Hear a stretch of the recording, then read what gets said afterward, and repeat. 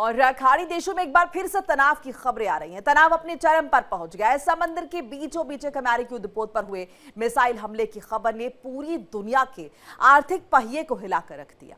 दरअसल ईरान की Fars news agency ने बड़ा दावा किया है, जिसमें ज्वास्क द्वीप के करीब एक अमेरिकी युद्धपोत पर 2 मिसाइलें दागी गई हैं और बताया जा रहा है कि ईरानी चेतावनियों को लगातार नजरअंदाज कर रहे इस अमेरिकी जहाज को हमले के बाद अपनी सुरक्षा के लिए वापस लौटना पड़ा। ये गंभीर घटनाक्रम ऐसे समय में सामने आया है जब अमेरिकी राष्ट्रपति डोनाल्ड ट्रंप ने प्रोजेक्ट फ्रीडम नाम के एक बड़े नौसैनिक मिशन का ऐलान किया। इस अभियान का मुख्य मकसद हॉर्मुज़ स्ट्रेट जैसे महत्वपूर्ण समुद्री मार्ग में फंसे उन व्यापारिक जहाजों को सुरक्षित बाहर निकालना है जो इस संघर्ष में शामिल नहीं है। और साथ ही अमेरिका का यह ऑपरेशन अगले कुछ ही घंटों में शुरू होने जा रहा है। हालांकि ट्रंप की इस घोषणा ने शिपिंग उद्योग के अधिकारियों को हैरान कर दिया है, क्योंकि ये इस क्षेत्र में हमले लगातार जारी है और जहाजों की सुरक्षित आवाजाही फिलहाल पूरी तरीके से ठप नजर आ रही है।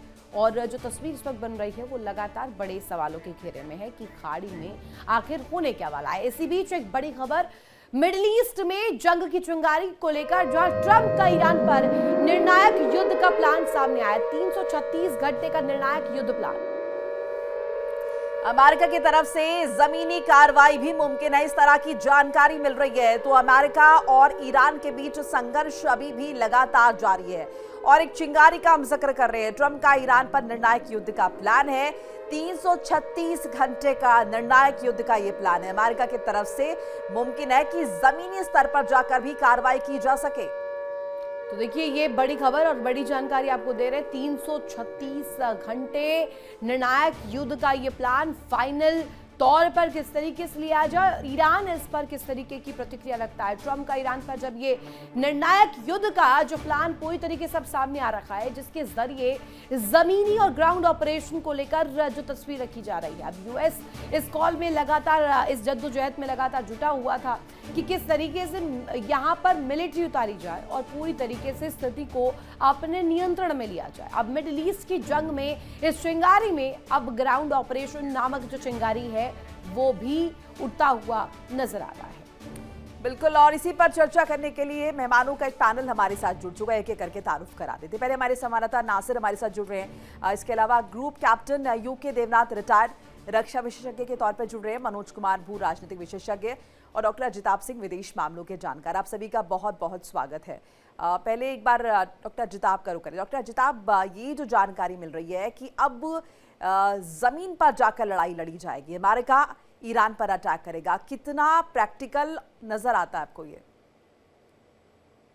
देखिए, ये सीज फायर से निश्चित रूप से दोनों देशों को, अमेरिका और ईरान दोनों को मौका तो मिला है, टाइम भी मिला है, और यहाँ पे समय और लेवरेज सबसे बड़ा मुझे लगता है डिसाइडिंग फैक्टर है कि फिर से युद्ध की जो चिंगारी दिख रही है, या जो आपने कहा कि 336 घंटे का ये ट्रंप का एक तरह से ऑपरेशन प्रोजेक्ट फ्रीडम का जो प्लान है, मुझे लगता है कि अमेरिका पूरी तरह से तैयारी कर रहा है और राष्ट्रपति ट्रंप पूरे फर्म लग रहे हैं और कुछ न कुछ एक्शन की तैयारी जरूर हो रही है। क्योंकि जिस तरह से खास करके पिछले कल से आज तक में जो एक्टिविटीज हुई हैं, जो वहां पे कुछ शिप्स के निकलने की भी बातें आ रही हैं, और ईरान के कुछ बोट्स जो हैं, जो फास्ट बोट जिसको कहते हैं, 6 या 7 वैसे बोट को भी अमेरिका ने दावा किया है उसको डिस्ट्रॉय करने का।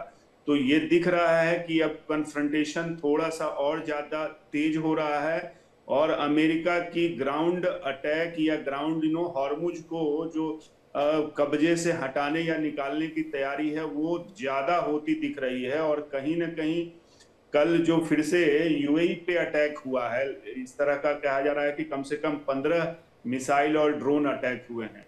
तो ये दिख रहा है कि अब फिर से युद्ध का उन्माद बढ़ रहा है, और ऐसे में चूंकि अमेरिका की फोर्सेस ऑलरेडी हॉर्मुज के आसपास चारों ओर काफी संख्या में और पूरे रिन्यूड कह लीजिए एम्युनिशन और वेपन्स के साथ है। पिछली बार भी तो ट्राई किया था ना अजिताभ सर, एक दफा और कोशिश हो चुकी है। अगर इतिहास के पन्नों को खंगालें तो ये पहली दफ़ा नहीं है। ईरान को लेकर जितनी दफ़ा अमेरिका ने प्लान किया है या ग्राउंड ऑपरेशन को लेकर एक तस्वीर दिखाई है, हमेशा विफलता हाथ लगी है।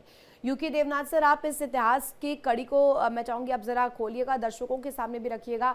और क्या, जैसा कि मेरी सहयोगी मोनिका ने पूछा कि ये प्रैक्टिकल अप्रोच है क्या मिलिट्री एक्शन को लेकर या ऑपरेशन को लेकर, चाहे वो 336 घंटे को लेकर की जानकारी मिले या इसको लेकर के कि इस ऑपरेशन में सफलता कैसे मिलेगी, लेकिन वहाँ के टेरेन, वहाँ के रीजन्स क्या इस बात को लेकर गवाही देंगे कि वहाँ पर इस तरीके की मिलिट्री जो ऑपरेशन है वो सफल हो पाए?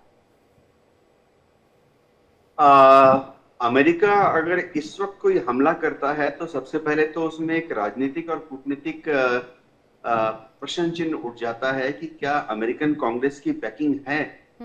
अभी तक वहां से कोई ऐसा इंडिकेशन नहीं आया है कि अमेरिकन कांग्रेस में डोनाल्ड ट्रंप ने परमिशन ली है।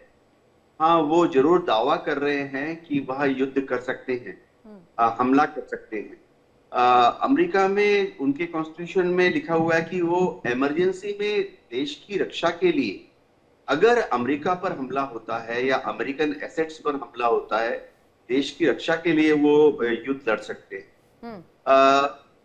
जो उनके कॉन्स्टिट्यूशनल एक्सपर्ट्स हैं उनका कहना है कि फिलहाल टेक्निकली अमेरिका अभी तक लगातार युद्ध में अपने को इन्वॉल्व किया है, लेकिन ऐसा लग रहा है कि डोनाल्ड ट्रंप की जो ये प्लानिंग है, कह रहे हैं कि पेंटागन ने भी उनको कुछ 3 प्लान बताए हैं, ये सब शायद पॉस्चरिंग है, यानी ईरान पर साइकोलॉजिकल दबाव डालने के बराबर माना जाएगा। देखिए, ईरान ने तो पहले भी बार बार कहा है कि स्ट्रेट ऑफ हॉर्मुज से अगर कोई भी अमेरिका का जहाज गुजरेगा तो वह उसको रोकेगा, इंटरडिक्ट करेगा। तो जब अमेरिकन शिप्स वहां से गुजर रहे थे और चैलेंज करके जा रहे थे, अमेरिका ने पहले से ही इन्फॉर्म कर दिया था पूरे वर्ल्ड कम्युनिटी को कि हमारे शिप्स जो हैं स्ट्रेट ऑफ हॉर्मुज में घुसेंगे। तो ऐसे में जाहिर बात है ईरान तो शांत नहीं रहेगा। उसने पहले ही कहा था कि वह आक्रामक देवनाथ जी, इसी बात का सहारा लेकर क्या डोनाल्ड ट्रंप जो हमले का जिक्र यहाँ पर 336 घंटे की जमीनी कार्रवाई की बात कर रहे हैं, इसी बात का हवाला देकर क्या वो कर सकते हैं ईरान पर अटैक? क्योंकि डोनाल्ड ट्रंप कह रहे हैं ना, उन्हें किसी की यहाँ पर परमिशन की दरकार नहीं है, और इससे पहले भी हमने देखा कई अमेरिकी राष्ट्रपतियों को उन्होंने किस तरीके से कानूनों को दरकिनार किया है। हाँ, डोनाल्ड ट्रंप ने हमेशा कानून की चिंता नहीं की है, लेकिन ये समझना पड़ेगा कि रिपब्लिकन पार्टी जो है बार बार जब इस तरह से डोनाल्ड ट्रंप को देखते हैं तो रिपब्लिकन पार्टी के जो सेनेटर्स हैं वो अंदर से सब हिले हुए हैं। सबको मालूम है कि अगर बार बार डोनाल्ड ट्रंप ऐसा करेंगे तो एक समय भविष्य में ऐसा आ सकता है जब उनके ऊपर इम्पीचमेंट की कार्रवाई, कम से कम प्रस्ताव तो दोबारा आ सकता है, क्योंकि अमेरिकन कॉन्स्टिट्यूशन में लिखा हुआ है कि इमरजेंसी में, और दूसरा शब्द है कि अगर अमेरिका पर हमला हुआ तो डोनाल्ड ट्रंप जो है अब अमेरिकन इंटरेस्ट पर हमले को भी अमेरिकन पर हमला मानकर इंटरप्रेट कर रहे हैं। तो कानूनी खेल है, लेकिन नेवल पोजीशन बहुत क्लियर है। कोई भी जहाज अगर वहां से गुजरेगा तो ईरान उस पर जमीन से आपने एक बात यहाँ पर बहुत इंपॉर्टेंट कही कि ये हो सकता है कि साइकोलॉजिकल तौर पर प्रेशर टैक्टिक्स हो, प्रेशर बनाने का प्रयास हो, लेकिन यही तो चलते आ रहा है जब से पहला हमला हुआ तब से लेकर आज तक। यही तो एक कड़ी है जो डोनाल्ड ट्रंप ने और अमेरिका ने सामने रखी है। प्रेशर बनाइए और उसके बाद जीत का बड़ा दावा करिए, दुनिया के सामने दिखाइए कि आप इस जंग में आगे एक एज लेते हुए नजर आ रहे हैं। एक बड़ी खबर, उसके बाद यूके देवनाथ से कंप्लीट कीजिएगा। बड़ी खबर ये कि एक बार फिर से ट्रंप सिचुएशन रूम में पहुंचे हैं और सिचुएशन रूम में पहुंचकर 45 मिनट तक बैठक करते हैं। सेंटकॉम कमांडर ने ट्रंप को बड़ी जानकारी दी है अंतिम प्रहार की तैयारी को लेकर। फाइनल इस तस्वीर को दिखाने के लिए जो जानकारियां हैं वो दी गई है सिचुएशन रूम में बाकायदे डोनाल्ड ट्रंप। बिल्कुल, देखिए बड़ी जानकारी मिल रही है, लगातार इस तरह की इंफॉर्मेशन हम देख रहे हैं। और एक बार फिर से ट्रंप सिचुएशन रूम पहुंचे हैं, एक बार फिर से ये बैठक चली है। 45 मिनट का इसका पूरा जो है अंतराल बताया जा रहा है। सेंटकॉम कमांडर ने ट्रंप को इस बाबत इंफॉर्मेशन साझा की है और अंतिम प्रहार पर इंफॉर्मेशन दी है। इस बीच ट्रंप ने ईरान को एक बार फिर से चेता दिया, एक बार फिर से ट्रंप ने ईरान को चेता दिया है और यह बता दिया कि हम किस तरीके से तुम पर हावी हो सकते हैं। ईरान पर राउंड 2 अटैक का प्लान तैयार है और यह भी कह दिया है कि अगर डील नहीं तो 14 दिन में तबाही हो जाएगी। ये साफ तौर पर कह दिया गया। खाड़ी में फुल एंड फाइनल की तैयारी का भी जिक्र किया गया। बिल्कुल, और डील नहीं तो 14 दिन के भीतर भीषण तबाही आएगी। और ये जो एक तरह से ये मूव है, इस मूव को कितना ज्यादा स्ट्रेटेजिक मूव माने, जिसमें इस तरीके की बातों का जिक्र, फुल एंड फाइनल तौर पर इस युद्ध को लेकर तैयारी को लेकर तस्वीर दिखाना। अब ये क्या उस सम्मान पर जो कि ईरान जिस धौंस को लगातार धता बता रहा है कि आपकी धौंस चलेगी नहीं। मनोज सर, नासिर भी हमारे साथ कनेक्ट है, उनके पास भी जाएंगे, लेकिन मनोज सर, वो धौंस तो अब कहीं ना कहीं पूरी तरीके से हवा ही साबित हो रही है कि आप बनाते जाइए प्रेशर, लेकिन ईरान उससे कुछ समझ ही नहीं रहा है। आप एक तरफ खाड़ी को लेकर के तस्वीर देख रहे हैं, लेकिन ईरान पर राउंड 2 का अटैक अब ये कितना ज्यादा कारगर होगा?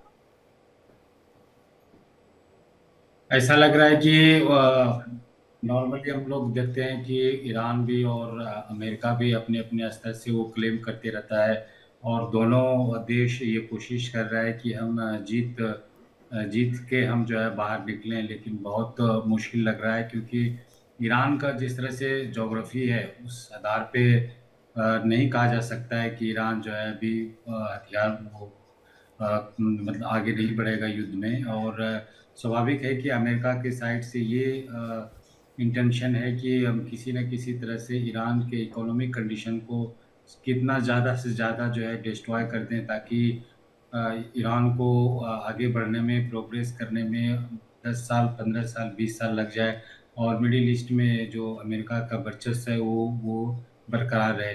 वहीं मुझे लगता है ईरान का भी यही सोचना है कि जब तक जीत करके इस युद्ध से ईरान बाहर नहीं निकलेगा, तब तक जो है वो मिडिल ईस्ट में जो दबदबा है ईरान का वो कम हो जाएगा।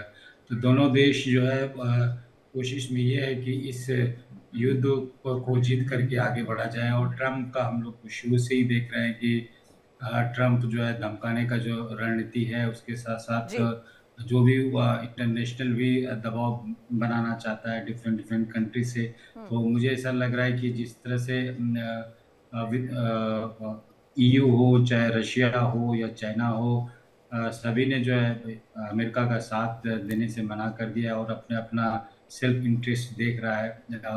अब जिस तरह से हम लोग देख रहे हैं कि साउथ एशियन कंट्रीज जो है यहाँ पे एक इकोनॉमिक इशू बन रहा है। यहाँ पे ऑयल नहीं होने के कारण, गैस नहीं कम सप्लाई होने के कारण, चाहे अब आने वाले समय में फर्टिलाइज़र का भी एक बहुत बड़ा इशू होने वाला है, क्योंकि आने वाले 1 या 2 मंथ में फिर से फसल की बुआई होगी। तो हम लगातार देख ही रहे हैं क्या स्थिति बनी। एक बार यहाँ पर नासिर का रुख कर लेते हैं।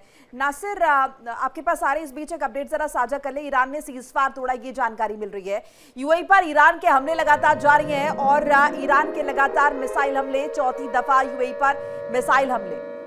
ईरानी हमले की यूएई ने कड़ी निंदा की है और यूएई का ईरान को सख्त अल्टीमेटम भी सामने आया। बर्दाश्त नहीं करेंगे, ये कॉल यहाँ पर यूएई का है और यहाँ सीधे बड़ा आरोप ईरान पर लगाया गया कि सीज फायर उल्लंघन किया गया है। और साथ ही साथ जो तस्वीर सामने आ रही है, जल्दी से दिखा देते हैं दर्शकों को। इस वक्त जो तस्वीर सामने आ रही है उस लेटर को लेकर क्या जिक्र है, जिसमें UAE strongly condemns renewed unprovoked Iranian aggression using missiles and drones. ये पूरी तरीके से आप देखिएगा तो आपको समझ आएगा। इतनी बड़ी जो चिट्ठी है जिसमें स्पष्ट तौर पर इस बात को रखा गया है, United Arab Emirates ministry of foreign affairs की तरफ से क्लियर कहा गया है कि ये जो आपका कॉल है ये पूरी तरीके से गलत है।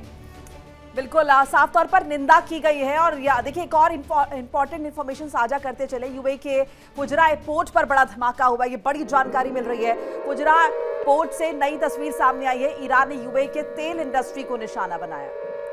तो यूएई के फुजराह में ईरानी ड्रोन अटैक हुआ है। ईरानी ड्रोन अटैक के बाद भीषण आग लगती हुई भी दिखाई दी है। जल्दी से तस्वीर रख देते हैं और यहाँ पर जो तस्वीरें सामने आई है, जहां किस तरीके की भीषण बमबारी के बाद जो मंजर बनता हुआ नजर आया था। देखिए दूर तलक आपको आग की लपटें और साथ ही धुएं का गुबार आसमान में उठता हुआ नजर आ रहा होगा। और ये तस्वीर मोनिका बताने के लिए काफी है कि यहाँ ये जो तस्वीर यूएई रख रहा था वो कहीं ना कहीं 100% सच है, और खाड़ी में जो तस्वीर जलजला की जिक्र किया जा रहा है वो कहीं ना कहीं नजर भी आ रही है। बिल्कुल, देखिए चौथी बार अटैक का जिक्र हुआ है और ये फुजरा पोर्ट से नई तस्वीर सामने आई है जहां पर यूएई के तेल इंडस्ट्री को निशाना बनाया गया। तस्वीर के जरिए आपको विस्तृत तरीके से बताने की कोशिश कर रहे हैं कि यही वो जो है पोर्ट है जिसका जिक्र हो रहा है, और इसी ईरान ने इसे यूएई के तेल इंडस्ट्री को निशाना जो है बनाया गया।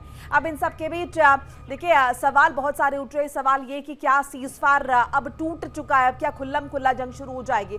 इस बीच एक अपडेट, यूएई में डिफेंस सिस्टम एक्टिव हो गया। यूएई में डिफेंस सिस्टम एक्टिव, यूएई के रक्षा मंत्रालय ने इस बाबत जानकारी साझा की। तो यूएई पर ईरान का मिसाइल ड्रोन हमला और यूएई के आसमान में कई विमान उड़ रहे हैं। यूएई ने ईरान के मिसाइल को मार गिराया है। अब यूएई खुलकर एक गेम चेंजर, एक बिग रोल के साथ सामने आ रखा है। और इस वक्त जो जानकारी मिल रही है जिसमें यूएई के रक्षा मंत्रालय ने बाकायदे पुष्ट जानकारी दी है, यूएई पर ईरान का मिसाइल ड्रोन हमला हुआ है और ईरान को लेकर के सख्त लहजे में यहाँ पर यूएई ने कॉल भी रखा है। नासिर के पास जल्दी से चले थे। नासिर, हम देख रहे हैं बहुत बड़ी हलचल खाड़ी में होती हुई नजर आ रही है, स्पेशली यूएई के जो स्टैंड सामने आ रहे हैं, चाहे फॉरेन अफेयर्स को लेकर के उनकी मिनिस्ट्री जो कह रही है, या सीधे तौर पर अभी हम देख रहे हैं जो हमलों का सिलसिला बैक टू बैक शुरू हुआ है। ये क्या दिखाता है, कौन सी नई तिगड़ी वहां पर बन रही है? बिल्कुल, देखिए रितु, कल ईरान की तरफ से जो फुजरा पोर्ट पे हमला किया गया उससे कहीं ना कहीं साफ लगता है कि ईरान भी जो है दबाव बनाने की कोशिश कर रहा है। इससे पहले भी हमने देखा कि ईरान की तरफ से एक स्टेटमेंट जारी की गई थी कि अगर यूएस और इसराइल की तरफ से कोई भी हमला हुआ तो मिडिल ईस्ट को निशाना बनाएगा, जिसमें खाली यूएई नहीं, जिसमें सऊदी अरबिया को भी जो है नाम लिया गया था। लेकिन कल हमने देखा कि ईरान की तरफ से जो फुजरा पोर्ट, जहां से कई ट्रिलियन बैरल्स जो है तेल निकलते, उसको अटैक किया गया। उससे कहीं ना कहीं एक तरफ से दबाव जो है बनाया जा रहा है मिडल ईस्ट में, ताकि जो यूएस ब्लॉकेड है वो हटाया जाए। यही कारण है कि लगातार हमने देखा कल से जो है अटैक यूएई पे हुए। उसके बाद जो है डोनाल्ड ट्रंप की तरफ से जो स्टेटमेंट सामने आई कि 14 दिन में जो है अगर डील नहीं हुई तो 14 दिन में पूरा ईरान का खात्मा जो है वो हो सकता है। कहीं ना कहीं अगर देखा जाएगा जो मिलिट्री ऑपरेशन की तैयारी की जा रही है उसकी तो उसका रिटेलिएशन जो है कल ही हमें देखने को मिला जब ईरान ने जो यूएई पे हमला किया। कहीं ना कहीं अगर देखा जाएगा जो ऑयल पोर्ट है यूएई का, उस पर हमला करना, इससे कहीं ना कहीं साफ लगता है कि ईरान जो है अब भी वो फिर से एक बार जो है खड़ा उतरा है ताकि अपने देश की रक्षा कैसी की जाए और जो यूएस ब्लॉकेड है उसको कैसे हटाया जाए। कहीं ना कहीं दबाव बनाने की जो है वो डॉक्टर अजिताभ, क्या अब ये मान ले कि सीजफायर टूट गया, अब कोई भी किसी पर अटैक कर सकता है? देखिए, सीज फायर तो प्रैक्टिकली टूट ही गया कह लीजिए, लेकिन जो अभी खास करके जो नई अभी देख रही है तकरार, उससे तो लग रहा है कि पूरी तरह से ये सीज फायर ना ईरान की तरफ से ना अमेरिका की तरफ से, और जो यूएई का फुजैरा पे अटैक, उसको टारगेट करके ईरान ये दिखाना चाह रहा है कि वो अभी भी ताकत है उसमें, वो अटैक कर सकता है। फुजैरा को खास करके टारगेट बनाने के पीछे भी एक उद्देश्य है।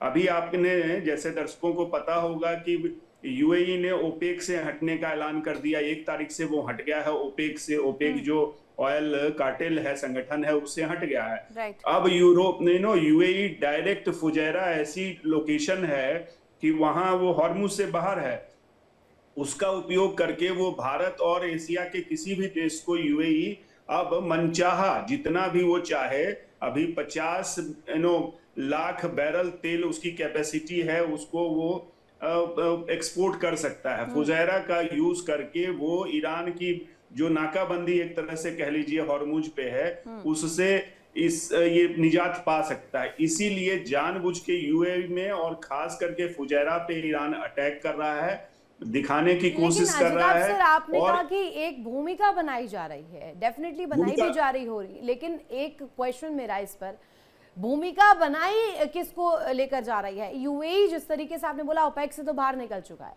अब वो जो बड़े देश थे जो कि ओपेक के कोर मेंबर्स थे, चाहे वो सऊदी को लेकर हो या अभी यूएई को लेकर के हो, यूएई ने तो अपना रास्ता क्लियर कर दिया, लेकिन क्या ये यूएई पर ये जो बैक टू बैक हमले हो रहे हैं ईरान के, ये अमेरिका इंक्लाइंड है या इजराइल इंक्लाइंड है? कि इजराइल जैसा कि समर्थन दे रहा था, यूएई को एक टाइम पर नर्म रवैया अपना रहा था, क्या ये उसको लेकर के है? नहीं, देखिए, ये यूएई का अलग निकलना बेसिकली ये ताकत दिखा रहा है, एक प्रेशर टैक्टिक्स है ईरान की तरफ से, और ये अब बैकफायर कर रहा है। अमेरिका अब दूसरे जो आप कह रहे हैं अटैक की पूरी तरह से तैयारी है। जैसा आपने बताया कि अभी सिचुएशन रूम में ब्रीफिंग हुई है, पूरे अमेरिका की तैयारी जबरदस्त है। और ये यूएई पे अटैक के बाद आप खास करके ध्यान दीजिए कि जीसीसी, यूरोपियन यूनियन, गल्फ के देश और कनाडा, यूके जैसे देशों ने इसका बहुत ये कंडेम किया है, इसकी भर्त्सना की है अटैक की, और इससे और कोरिया की तरफ से भी उसके एक कैरियर पे भी अटैक की बात बताई जा रही है जो हॉर्मुज से निकल रहा था। हाँ। ऐसे में अब एक तरह से जो डोनाल्ड ट्रंप की कोशिश है इंटरनेशनल कॉलिशन बनाने की, हाँ, उस पे कहीं ना कहीं कुछ कार्रवाई होती दिख रही है, क्योंकि अब जो विश्व में जिस तरह से ऑयल क्राइसिस और प्राइस इसका बढ़ा है, विश्व के सारे देश इससे निजात पाने की कोशिश में हैं, और कहीं ना कहीं अब लग रहा है कि अमेरिका के साथ हॉर्मुज को खोलने को, खास करके हॉर्मुज के स्टेटस पे अमेरिका के साथ ये देश आएंगे। ऑपरेशन प्रोजेक्ट फ्रीडम होता हुआ दिख रहा है ऐसे में। बिल्कुल। इस बीच एक अपडेट जरा साझा कर ले, आप लोग के पास लौट रहे, यूएई में ईरानी हमले का जवाब आया। यूएई में ईरानी हमले का जवाब, इजरायली डिफेंस सिस्टम ने माकूल तरीके से जवाब दिया है। तो देखिए, डिफेंस सिस्टम ने जवाब दिया, बाकायदे डिफेंस सिस्टम ने मिसाइलों को ध्वस्त किया है, ये बड़ी जानकारी मिल रही है, और ये भी यूएई के पर्सपेक्टिव पर इंपॉर्टेंट हो जाता है जानना। एक और बड़ी खबर इस बीच आपको बता दें, खाड़ी देशों ने ईरानी हमले की निंदा की है, और खाड़ी देशों ने ईरानी हमले की निंदा करने के साथ जीसीसी सचिव ने ईरानी हमलों की बाकायदे निंदा की है, और क्लियर शब्दों में, कड़े शब्दों में इन हमलों को लेकर के अपना रुख रखा है। बिल्कुल, यूएई पर हमला कहीं ना कहीं इंटीग्रिटी का उल्लंघन है, जीसीसी द्वारा ये कहा गया है। देवनाथ जी, जिस बात का हम जिक्र कर रहे थे कि अमेरिका अगर ये दिखाता अपने देश में कि इमरजेंसी है तो वो अटैक कर पाएगा ईरान पर, अब क्या वो इमरजेंसी की सिचुएशन आपको क्रिएट होती हुई नजर आ रही है मिडिल ईस्ट में? एक तो ईरान की तरफ से सीज फायर टूट गया है, दूसरी तरफ जिस तरीके के हॉर्मुज स्ट्रेट को लेकर स्थिति, ऐसे में लग रहा है कि अब अमेरिका के पास वो तमाम रीजंस हैं ईरान पर अटैक कर देने के लिए, और ये बातचीत अब ठंडे बस्ते में चली जाएगी। रितु जी, बातचीत तो चलती रहेगी पृष्ठभूमि में। सबसे बड़ी बात है कि क्या अमेरिका फिर से ईरान की बमबारी चालू करेगा? ईरान ने बार बार कहा है कि अगर कोई भी स्टेट ऑफ हॉर्मुज में अमेरिकन शिप गुजरेगा तो वह उस पर हमला करेगा। देखिए, यूएई से नाराजगी का ईरान का जो मिलिट्री जस्टिफिकेशन वो है कि उनका जो अल्दहरा एयर बेस है, वहां पे अमेरिका की एयरफोर्स बड़ी तादाद में तैनात है। उनके यूएस एयरफोर्स के F-18 विमान, एयर टू एयर रिफ्यूलर विमान, C-17 ग्लोब मास्टर, वो लगातार अल्दहरा एयर बेस से ऑपरेट कर रहे हैं यूएई में। इस तरह से यूएई का जो उनका जो बंदरगाह है, पोर्ट है जबल अली, वहां पर यूएस नेवी के शिप्स हमेशा तैनात रहते हैं। तो ईरान का ये कहना है कि यूएई जो है वो एक्टिवली अमेरिकन एयरफोर्स, आर्मी और नेवी को सपोर्ट कर रहे हैं। फिलहाल यूएई में अमेरिका की 3500 फौज डिप्लॉयड है, और ईरान कहता है कि ये 3500 फौज का इस्तेमाल अमेरिका किसी भी हमले के दौरान ईरान के मेनलैंड पर हमला करने के लिए इस्तेमाल कर सकता है।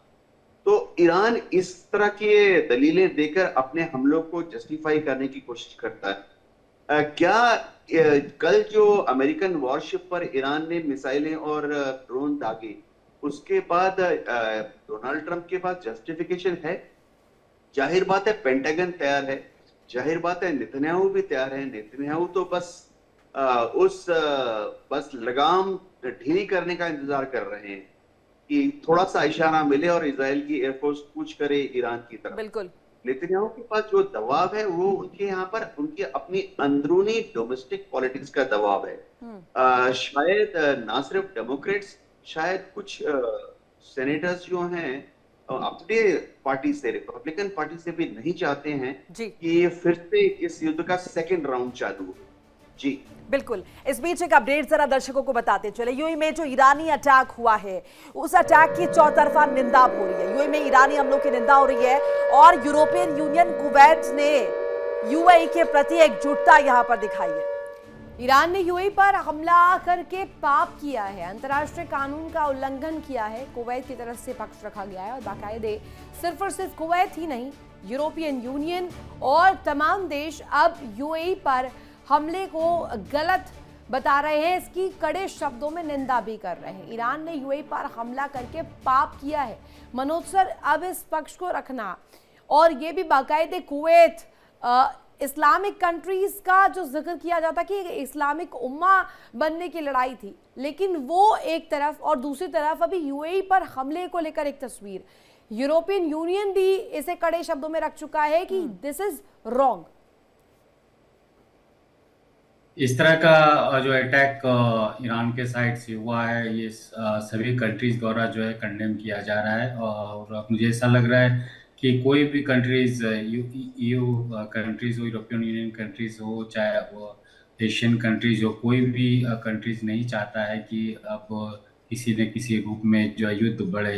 लेकिन ये और मुझे ऐसा लग रहा है कि ईरान भी जो है दबाव फेस कर रहा है अपने ऑडियंस में, चाहे वहाँ के लोग हैं, वो दबाव दिया जा रहा है ईरान पे कि आपको अमेरिका के सामने नहीं झुकना है और उसको इससे जितना भी हानि हो कोई दिक्कत नहीं है, लेकिन आपको अमेरिका के सामने झुकना नहीं है। और चूंकि अमेरिका किसी न किसी रूप में ये सीज फायर भी लंबा करना चाह रहा था कि जिससे जो है वो ईरान पे ज़्यादा से ज़्यादा दबाव बढ़े, लेकिन मुझे ऐसा लग रहा है कि आने वाले समय में युद्ध तो जरूर लग रहा है कि होने वाली है। और चूंकि अमेरिका जो है वो हर समय जो है धमकाने की रणनीति अपनाया हुआ है और एक विश्व समुदाय का जो एक जैसे यूएन था, वहाँ पे भी इसके बात होनी चाहिए, ये भी इशू वहाँ पे उठना चाहिए। ये इशू को वहाँ पे नहीं जाना या इफेक्टिवली रेज नहीं करना, मुझे लग रहा है कि ये युद्ध को जो है वो बढ़ने की ओर अग्रसर है। और जब तक सभी वर्ल्ड कंट्रीज इसको बैठ करके बातचीत नहीं करेंगे तो इसी तरह का जो है एक युद्ध का माहौल बना रहेगा। और मिडिल ईस्ट की अगर बात करें तो मिडिल ईस्ट में यूएई भी सोच रहा है कि हम मिडिल ईस्ट का एक कंट्रोल करें मिडिल ईस्ट को, और उसी तरह से उन्होंने इजराइल से एक संधि भी कर रहा है। और जो भी सुरक्षा होगा यूएई का, वो चाहेगा कि इजराइल के साइड से ही उनको प्रोटेक्शन मिले और जो अपना बिजनेस वो बड़ा इकोनॉमिकली स्ट्रांग हो, इसके लेकर के भी यूएई आगे बढ़ रही है। चलिए इस बीच एक अपडेट जरा साझा कर ले। ईरानी मीडिया के हवाले से बड़ी खबर आ रही है, ईरानी मीडिया के हवाले से जानकारी साझा कर ले। ईरानी नौसेना ने अमेरिकी युद्धपोतों को चेतावनी जारी की है, ये ईरानी मीडिया के हवाले से खबर, तस्वीरें भी आई है बाकायदा। अमेरिका युद्धपोतों को समंदर में फायरिंग की चेतावनी और अमेरिका जहाजों पर फायरिंग का वीडियो भी सामने आया है। ईरानी नौसेना ने फायरिंग का वीडियो बाकायदे जारी किया है और इसमें ये दिखाने का प्रयास कि अमेरिकी युद्धपोतों को समंदर में किस तरीके से अब बड़ी जंग लड़नी पड़ रही है। अमेरिकी युद्धपोतों को चेतावनी कड़े तौर पर दिया गया है और बाकायदे ईरानी मीडिया के हवाले से खबर आना ही अपने आप में पूरी तस्वीर को पोस्ट भी करता है। एक और बड़ी खबर इस बीच सामने आ रही है, वो भी जरा दर्शकों को बताते चले। अमेरिकी राष्ट्रपति डोनाल्ड ट्रंप का इस बीच बड़ा दावा, जिसमें अमेरिका फिर से महान और रिकॉर्ड बिजनेस स्थापित कर रहा है। इस पक्ष में डोनाल्ड ट्रंप नजर आए। बिल्कुल, अमेरिका फिर बन रहा है महान, रिकॉर्ड बिजनेस हो रहा है। मिलिट्री ऑपरेशन के बीच स्टॉक मार्केट मजबूत है। ईरान पर डोनाल्ड ट्रंप ने वार किया, ईरान को न्यूक्लियर हथियार नहीं रखने देंगे, इस बात का भी जिक्र डोनाल्ड ट्रंप ने किया। एक बार सुन भी लेते हैं क्या कुछ कहा गया उनके द्वारा। We're truly making America great again. We're doing record business. We have a stock market that hit even with this military operation. Call it whatever you want. We can't let Iran have a nuclear weapon. We hit all new highs, and I said we have to take care of business because we can't let that happen. So we did a little detour, and it's working out very nicely. They have no Navy. They have no Air Force. They have no anti-aircraft equipment. They have no radar. They have no nothing. They have no leaders, actually. The leaders happen to be gone also. But can't let them have a nuclear weapon, or you're going to have problems like nobody would believe. And it's going very well. तो Donald Trump को आपने सुना, जिसमें उन्होंने किस तरीके का जिक्र किया है, no anti aircraft equipments, no weapons, no leadership. अब मुझे जरा अजिताभ सर ये समझाइएगा, अब इस तरीके का जिक्र करने के बाद एक कड़ी मेंशन कर देते डोनाल्ड ट्रंप, और वही सारे फसाद की जड़ जो है वो बनता है, जिसमें वो कहते हैं कि हम ईरान को न्यूक्लियर वेपन्स नहीं लेने देंगे। अब जब एक देश जिसके पास एंटी एयरक्राफ्ट इक्विपमेंट नहीं है, जिसके पास हथियार नहीं है, जिसके पास नेवी नहीं है, अब उसको लेकर के इतना तिलमिलाए क्यों डोनाल्ड ट्रंप? न्यूक्लियर वेपन्स नहीं रखने देंगे, आखिर अब लीडरशिप नहीं है, कौन रख रहा होगा? ये बौखलाहट नहीं है तो क्या है अजिताभ सर? देखिए, न्यूक्लियर वेपन्स तो खैर शुरू से वो कह रहे हैं, और दूसरी तरफ ईरान को जो न्यूक्लियर एनपीटी है, न्यूक्लियर का कहते हैं परमाणु अप्रसार संधि, उसके तहत ईरान उसका सिग्नेटरी है, और ईरान को पीसफुल पर्पस के लिए परमाणु प्रोग्राम जारी रखने और उसका यूज करने की उसको ये एक तरह से कहिए परमिशन है एनपीटी एक्ट के तहत। लेकिन अमेरिका चूंकि इजराइल को बचाने के लिए सबसे मेन कहिए इमीडिएट थ्रेट तो इजराइल ही है, अमेरिका को तो डायरेक्ट कोई थ्रेट आज के डेट में नहीं है, और फ्यूचर में भी ऐसा संभव होता है, इमीडिएट फ्यूचर में नहीं दिखता कि अमेरिका कोई डायरेक्ट थ्रेट है। लेकिन इजराइल को बचाने और खास करके गल्फ के देशों को सेफ रखने के लिए उनको सिक्योरिटी की गारंटर चूंकि अमेरिका बना रहता है, इसलिए अमेरिका इस पे ज्यादा जोर दे रहा है। आप देखिए अभी यूएई को टारगेट करने के पीछे क्या लॉजिक है। अमेरिका ने 8.6 अरब डॉलर का अभी हथियार फिर से इमरजेंसी ताकत का पावर का यूज करके राष्ट्रपति ट्रंप ने बेचा है। उसमें यूएई, कुवैत, इजराइल, सऊदी इनको और कतर इनको ये हथियार बेचा गया। अभी जस्ट 2 दिन पहले 3 दिन पहले ये परमिशन उन्होंने लिया है स्पेशली क्योंकि राष्ट्रपति, अमेरिका के राष्ट्रपति के पास बहुत पावर है। तो एक तरफ वो कह रहे हैं ना, हथियार उनका डिफेंस सेक्टर है, हथियार बेचने का अमेरिका का सिलसिला जारी है, उससे वहां की डिफेंस कंपनीज प्रॉफिट में है, स्टॉक मार्केट वहां ऊपर जा रहा है। ट्रंप जब भी वो डाउन होता है, ट्रंप ऐसे स्टेटमेंट दे देते हैं कि बातचीत हो रही है, हम जीत रहे हैं, स्टॉक मार्केट उनका अच्छा चल रहा है, उनके ऑयल कंपनीज वो भी प्रॉफिट में हैं, उनके एआई कंपनीज अजिताभ जी वो ये बताने की कोशिश कर रहे हैं इस युद्ध से उन्हें बड़े फायदे हैं, और कहीं अमेरिका ये किसी भी कीमत पर ना समझे कि इस युद्ध की वजह से उन्हें कोई नुकसान हुआ है। देखिए, अमेरिका को फायदे तो हो रहे हैं इस युद्ध से, अमेरिका लॉस में बहुत ज्यादा नहीं है, और जो उसके वॉर के जो खर्चे हैं उसको भी वो रिकवर कर लेगा, इसमें भी कोई दो मत नहीं है। अमेरिका के पास वो सारी चीजें हैं। और एक चीज मैं यहाँ उल्लेख करना चाहूंगा, अमेरिका के राष्ट्रपति को एक वहां एक्ट बना था 2001 में, जो अमेरिका पे अलकायदा का अटैक हुआ था, उसमें एक कांग्रेस ने पास किया था AUMF, authorisation for use of military force act. इस एक्ट के तहत अमेरिका के राष्ट्रपति को अमेरिका के इंटरेस्ट में किसी भी देश पे राष्ट्रपति का परमिशन ही सिर्फ रिक्वायर्ड है, वो अटैक कर सकता है अमेरिका के इंटरेस्ट को, हित को ध्यान में रखते हुए। उसके तहत वो राष्ट्रपति कभी भी अटैक कर सकते हैं। और ये दूसरी जो तैयारी चल रही है, मुझे लग रहा है पूरी तरह से कि ये चूंकि विश्व के अन्य देश भी अब अमेरिका के सपोर्ट में आ रहे हैं, खास करके यूएई में जो अभी अटैक हुआ है, तो कहीं ना कहीं अब दूसरे वॉर की ये गुंज सुनाई दे रही है मुझे।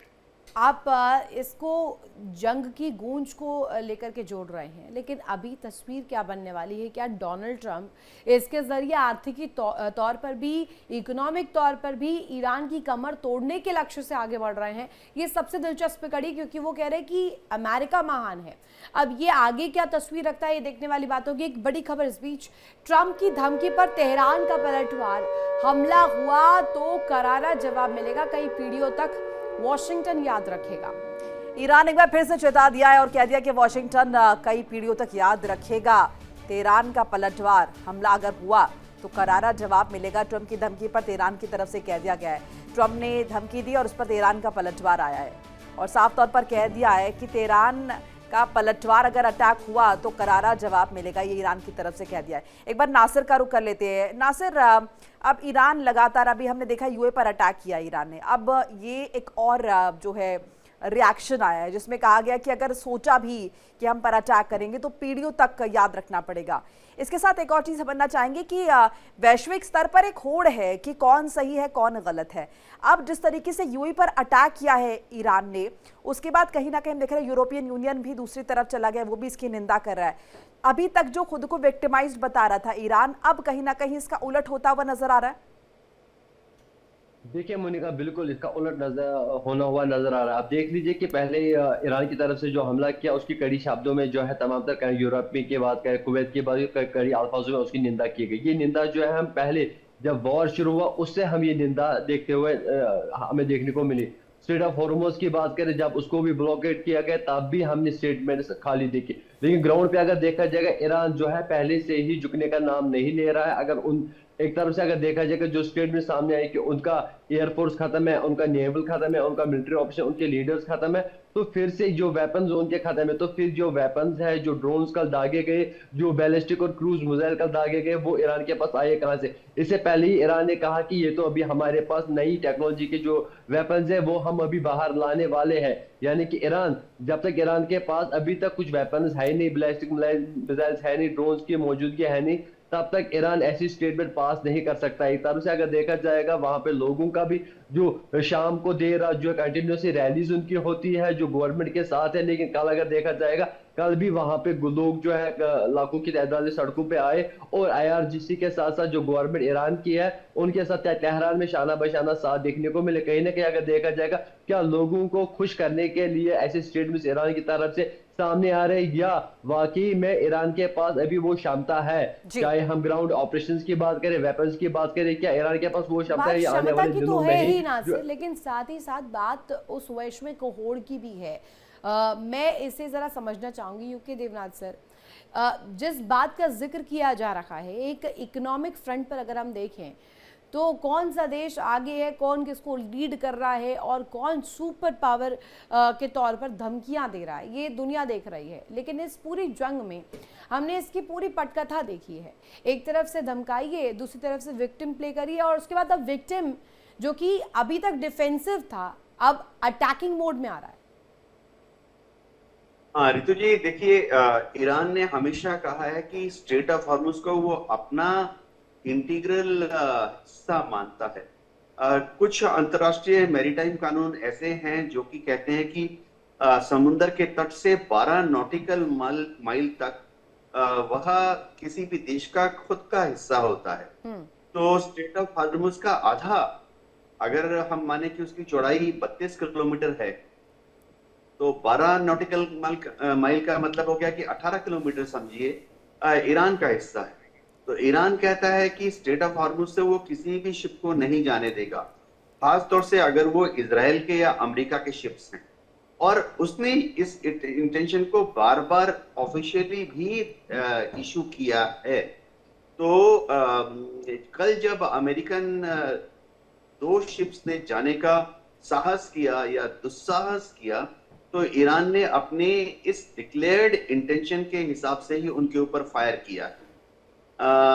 अमेरिकन शिप्स वहां से जबरदस्ती क्यों निकलने की कोशिश कर रहे थे?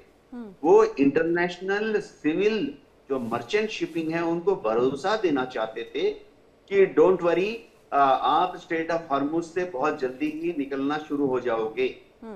लेकिन हुआ उल्टा। कल जैसे ही अमेरिकन दोनों डिस्ट्रॉयर्स ने कोशिश की स्ट्रेट ऑफ हॉर्मुज से निकलने के लिए और उनके ऊपर जो हमला हुआ, उसके तुरंत बाद फिर से इंटरनेशनल कमर्शियल शिपिंग, उनके जो मालिक हैं, चाहे शिप के मालिक हों या शिप कंपनी के मालिक हों, उन्होंने फिर से अपने अपने शिप्स के कैप्टन को आदेश दे दिया है, कोई भी कमर्शियल शिप दुनिया का, सारे देश डरे हुए हैं कि कोई भी स्ट्रेट ऑफ हॉर्मुज से निकलने की कोशिश नहीं करेगा, क्योंकि उनकी इंश्योरेंस कॉस्ट जो है वो 500% बढ़ गई है। अब तो हालत ऐसी है कि कई कई इंश्योरेंस कंपनीज जो हैं, ज्यादातर लंदन के आसपास ही हैं, न्यूयॉर्क में हैं, वो स्ट्रेट ऑफ हॉर्मुज से जो भी शिप जाती है उसको इंश्योरेंस कवर देने से मना कर रहे हैं। और जो इंटरनेशनल मैरीटाइम रूल्स हैं उसके हिसाब से अगर हर बार शिप जब बंदरगाह से निकलता है तो नया इंश्योरेंस लेना पड़ता है हर वॉयज के लिए। तो इंटरनेशनल जो इंश्योरेंस एजेंसीज हैं वो शिप्स को इंश्योरेंस कवर नहीं दे रही हैं, ये बोल के कि कोई जहाज अगर स्ट्रेट ऑफ हॉर्मुज से निकलेगा तो या तो इंश्योरेंस कवर 500% ज्यादा होगा या हम इंश्योरेंस कवर देंगे ही नहीं। तो अमेरिका का जो इरादा था कल कि स्ट्रेट ऑफ हॉर्मुज को खोलकर हम इंटरनेशनल शिपिंग कम्युनिटी को भरोसा देंगे, हुआ उसका उल्टा। कल रात से दुनिया भर के शिपिंग कंपनीज ने ऑर्डर दे दिया अपने कैप्टन्स को कि पर्शियन गल्फ में रहो। अब ये या कौन ओमान की खाड़ी अपने में रहो। फेवर में टर्न आउट कर रहा है? आपने कहा जो प्रयास किया गया वो उल्टा पड़ गया, और सीधे तौर पर मिडिल ईस्ट में back to back ceasefire को लेकर के जो तस्वीर रही है अभी तक, और अभी जैसे टूटने को लेकर के निंदा भी हो रही है, इन तमाम कड़ियों के बीच में एक सबसे इंपॉर्टेंट डॉट है, वो यूएई है। और यूएई जिस तरीके से कहा जा रहा है कि सबसे ज़्यादा केंद्र में रहा है जहां ईरान ने अटैक किया हो और सबसे ज़्यादा दंश झेलने वाला रहा हो।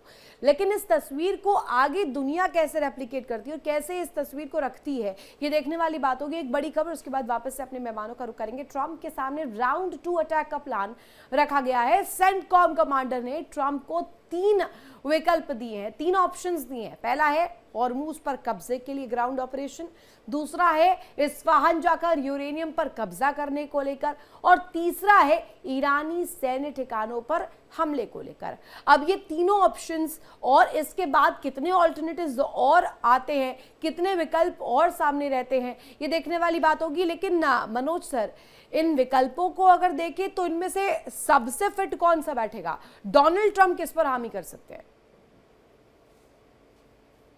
डोनाल्ड ट्रंप जिस तरह से स्टेटमेंट दे रहे हैं कि वो ईरान के पास नेवी नहीं बचा और आर्मी नहीं बचा, और मुझे ऐसा लग रहा है कि कौन उनके स्टेटमेंट को इस तरह से समझेगा और बिलीव करेगा कि वो जो बोल रहे हैं वो सही बोल रहे हैं।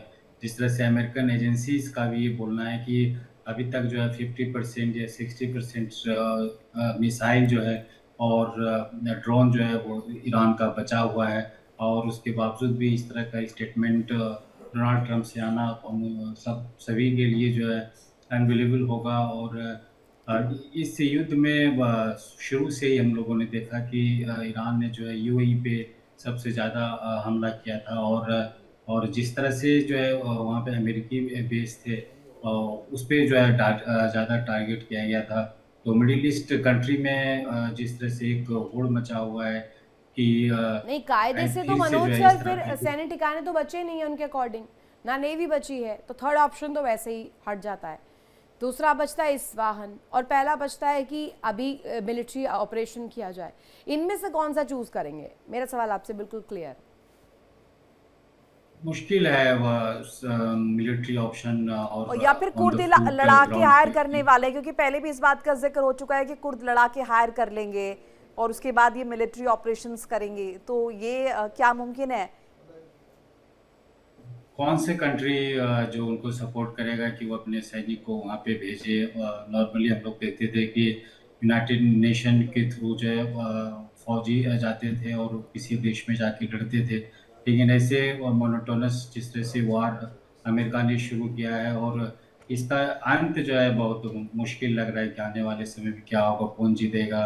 और किसी न किसी रूप से जो है अमेरिका चाह रहा है कि हम इस युद्ध से जीत जाएं, ताकि उनका जो एक दबदबा है वो जो है बना रहे।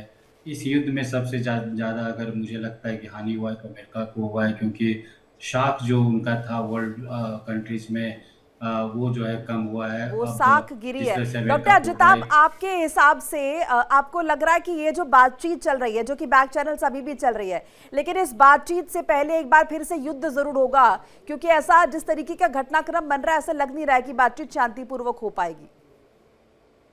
देखिए मोनिका जी, अमेरिका की चाल या उसकी रणनीति कह लीजिए पूरी तरह से अब सफल होती दिख रही है। मैं 3 पॉइंट यहाँ पे बताना चाहूंगा। पहला, उसने जो आर्थिक की, आपने रितु जी ने अभी बात की, निश्चित रूप से आर्थिक नाकाबंदी का असर होता दिख रहा है।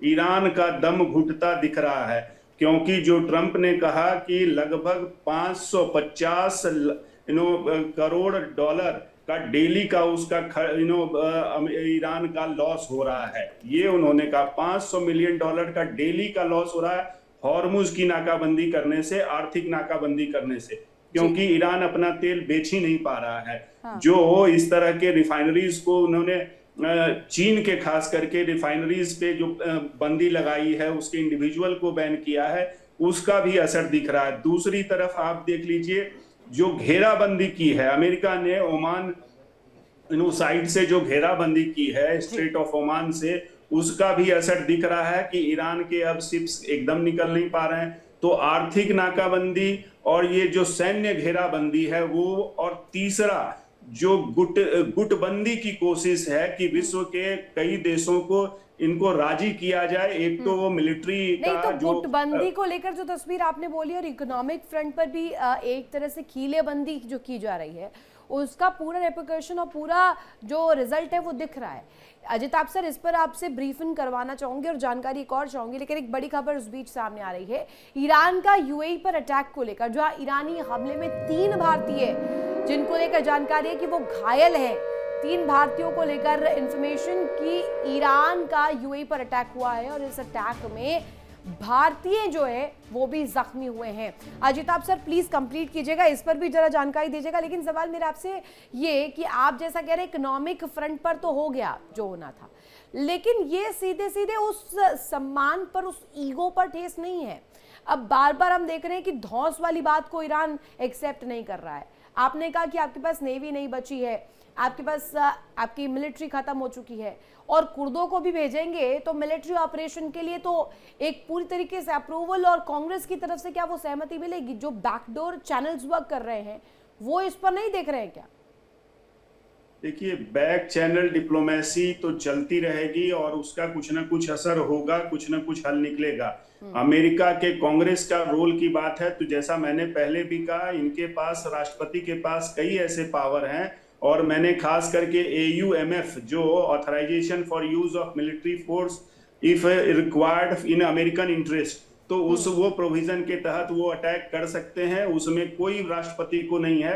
ये पहले भी हो चुका है, 2001 के बाद इस प्रोविजन को अमेरिका के राष्ट्रपति ने कई देशों में इसका यूज किया है, तो ईरान पे भी वो यूज करेंगे। वहां से कोई प्रतिबंध मुझे नहीं दिख रहा, और वो अगर है भी तो उसको अमेरिका के राष्ट्रपति ओवरलुक कर रहे हैं, ये आपने पहले भी देखा। तो आर्थिक नाकाबंदी पूरी तरह से असर होता दिख रहा है, और मिलिट्री जो इन्होंने जिस तरह से घेराबंदी की है, सैन्य इन्होंने अपना जो प्रेजेंस बढ़ाया है, एमुनिशन बढ़ाया है, उससे ईरान पे और असर पड़ा है। और तो सर ये शायद वो बौखलाहट ही है जिसका भी आपने जिक्र भी किया था, जिस तरीके से यूएई पर अटैक ईरान द्वारा किया गया। सर वक्त थोड़ा सा लिमिटेड है, ईरानी हमलों के बाद यूएई में अलर्ट हो गया, ये बड़ी जानकारी साझा कर ले। स्कूल्स में डिस्टेंस लर्निंग की घोषणा की गई है, यूएई के शिक्षा मंत्रालय ने यह ऐलान किया है, सुरक्षा को देखते हुए यह कदम उठाया गया है। नासिर, क्या जानकारी इस बाबत? 3 भारतीय जख्मी भी हुए हैं यूएई में जो अटैक हुआ है। देखिए बिल्कुल मोनिका, 3 भारतीय जो है वहां पे इंजर्ड हुआ है, उनको जो है यूएई की तरफ से एक नजदीकी हॉस्पिटल जो है वो मुंतकिल किया गया, जहां पे उनका ट्रीटमेंट चल रहा है। देखिए, जब भी ड्रोन का अटैक हुआ था तो पहले ही मोबाइल पे जो है अलर्ट मैसेज आया था, लेकिन उसके बावजूद भी जो लोग इर्द गिर्द है वो इस चपेट में आए, जो ड्रोन और बैलिस्टिक मिसाइल कहीं ना कहीं अगर देखा जाएगा, और जो मिसाइल्स आए उनको जो है सेम टाइम पे जो इंटरसेप्ट किया गया। लेकिन कुछ ड्रोन जो है वो इस पोर्ट पे हिट किए गए, उसमें जो है 3 भारतीय के साथ साथ और कई लोग जो है वो इंजर्ड हुए, लेकिन जो 3 भारतीय है उनकी हालत जो है वो स्टेबल बताई जा रही है। जी नासिर, आप बता रहे हैं और जानकारियां भी दे रहे हैं कि कैसे अभी उन तीनों ही भारतीयों को लेकर इन्फॉर्मेशन मिल रही है कि वो सकुशल हैं, अभी वो ठीक हैं, उनकी हालत में सुधार है, लेकिन प्रश्न अभी भी कहीं ना कहीं इसमें उठ रहा है। यूके देवनाथ सर, इधर अलर्ट जारी कर देना, शिक्षा मंत्रालय यूएई का कह रहा है कि डिस्टेंस लर्निंग ओपन करेंगे और सीधे तौर पर वो लोग जो कि घरों से अगर बाहर निकलते हैं उनके लिए बड़ा खतरा होगा, वो घरों के अंदर रहें। अब इसे दिखा देना क्या दुनिया में ये दिखा रहा है कि आगे आने वाले समय में कुछ भी हो सकता है, कोई बड़ा विध्वंस भी आ सकता है? रितु जी, ईरान तो जाहिर बात है दबाव बना के रखेगा, जीसीसी की कंट्रीज पर भी दबाव बना के रखेगा। सबसे बड़ी बात है ईरान जहां जहां अमेरिकन बेसेस हैं खाड़ी के देशों में, वहां पर भी दबाव बना के रखेगा। सवाल ये उठता है कि अब अमेरिका के पास और इजराइल के पास ऑप्शंस क्या है? बहुत ही लिमिटेड ऑप्शंस हैं। जमीनी हमला कर नहीं सकते, बूट्स ऑन ग्राउंड वो नहीं लगाएंगे। क्या वो इश्वान पर हमला करेंगे? कमांडो रेड है, 90% चांस है फेल्योर का। क्या वो बमबारी करेंगे? लास्ट ऑप्शन है कि बमबारी फिर से रिज्यूम कर सकते हैं जी। यानी मिडिल ईस्ट में अभी तनाव की स्थिति बनी रहेगी मनोज जी, अभी तनाव कुछ दिन और चलेगा और उसका इंपैक्ट हम यूएई में देख भी रहे हैं। आने वाले समय में ऐसा लग रहा है कि तनाव बढ़ेगा और अमेरिका के लिए एक लिमिटेड ऑप्शन रहेगा कि इसको कैसे वार को आगे बढ़ाया जाए, क्योंकि जो भी करना है वो अमेरिका को ही करना है। वो अगर शांति सीज़फायर बढ़ाना है तो अमेरिका को ही बढ़ाना है। मुझे ऐसा लग रहा है कि अमेरिका जो है प्रोवोक भी ईरान को कर रहा है कि किसी न किसी रूप में ईरान जो है वर्ल्ड समुदाय के सामने बदनाम हो जाए कि फिर से जो ईरान कर रहा है। तो प्रवोक किस लिए कर रहा है कि एक गलत स्टेप कुछ ईरान उठाए, उसके बाद उसी को लेकर के ईरान को घेर लिया जाए? एक मौका चाह रहा है अमेरिका फिर से कि ईरान जो है फिर बदनाम हो जाए। जिस तरह से हम लोगों ने देखा कि डेमोक्रेट ने जब वहाँ पे क्वेश्चन रेज किया था कांग्रेस में कि अमेरिका ने जो है जो बच्चियाँ वहाँ का जो डेथ हुआ था, अटैक हुआ था, क्यों हुआ था, ये ह्यूमन राइट्स का वायलेशन था। तो तरह तरह के क्वेश्चंस रिपब्लिकन को वहाँ पे फेस करना पड़ा था जब उनको अप्रूवल था 60 डेज का।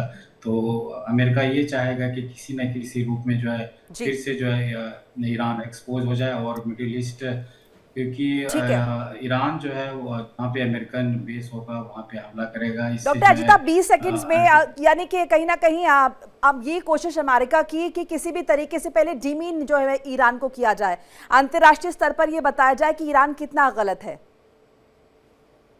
बिल्कुल, ये पूरी तैयारी है अमेरिका की। अमेरिका की जो नीतियां, जो कूटनीति उसने अपनाई है वो सफल होता दिख रहा है।